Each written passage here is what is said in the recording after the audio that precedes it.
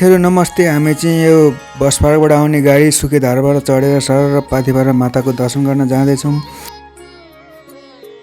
हामी चाहिँ मान्छे थोरै भएर इलामबाट हामी चाहिँ टाटा सुमो चढेर अहिले चाहिँ हामी पौवा भन्ज्याङ पुगिसकेका छौँ। पौवा भन्ज्याङबाट अब हामी जाँदैछौँ। हामी ताप्लेजुङ पुगिसकेका छौँ। ताप्लेजुङ बस पार्क अलिकति माथि गएर फेरि हामी सुमो चढेर सानो फेदीसम्म गयौँ। सानो फेदीबाट फेरि माथि ठुलो फेदीमा हामी मुना सिस्कोमा 16 नम्बर होटलमा बस्यौँ। एकदम राम्रो व्यवस्था छ। त्यहाँबाट बिहानै उठेर हामी कान्छी थानको दर्शन गरेर हामी अहिले माथि जाँदैछौँ। रमाइलो गर्दै जाँदैछौँ है। अलिअलि गाह्रो भइरहेछ। बिहान जाडो चिसो मौसममा पाथिभरा आमाले बोलाएपछि त सम्भवै छ, असम्भव भन्ने केही छैन। हामी जाँदैछौँ रमाइलो गर्दै भिडियो फोटो बनाउँदै। हेर्नुहोस् न पाहाडहरू कति राम्रो देखिरहेको छ। यहाँ त्यस्तै फोटोहरूमा हेर्नुहोस् साथीहरू। तर छ नि यो फोटोहरू यो लेखेको हेर्दा पढ्दाखेरि थकाइ मर्छ एकछिन रेस्ट गर्दाखेरि।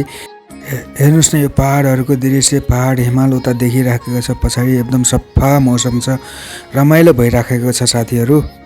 अनि यहाँ टोयलेटहरूको पनि व्यवस्था छ। तर हामी चिसोमा आगोले पानी चाहिँ अलिकति जमेको छ, फोड्नु पर्ने अवस्था थियो। आइस जमेको हेर्नुहोस् न यहाँ गाइजहरू। अनि चिसो मौसम भएर हो, त्यही भएर हामी जाँदैछौँ। बस्दै जाँदै फोटोसोटो खिच्दै अलिकति। अहिले हामी चाहिँ यो घन्टीको गेटमा आइपुग्यौँ। हामी 500 मिटर माथि छ भन्नुहुन्छ। दर्शन गरेर आउनेहरूले चाहिँ त्यसै भन्नुहुन्थ्यो।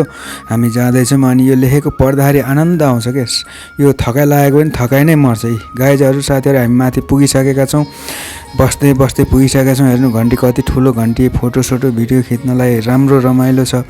पहाडको दृश्यहरू हेर्नुहोस्। वहाँ सगरमाथा उता देखिराखेको छ। अनि पहाडमा हिउँहरू पनि छ। स्पष्ट सफा छ। आज चाहिँ एकदम सफा छ।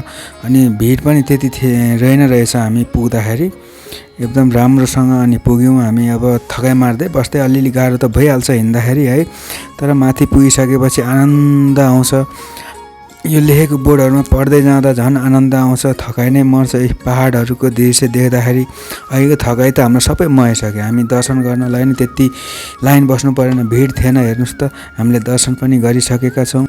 अनि साथीहरू, आमा बुवा दाजुभाइ दिदीबहिनीहरूलाई खुसीको खबर पनि छ है। अबको 2-3 वर्षमा चाहिँ 2-3 वर्षपछि चाहिँ हामी केबल कार चढेर सरर पाथिभरा माको दर्शन गर्न जान सक्नेछौँ।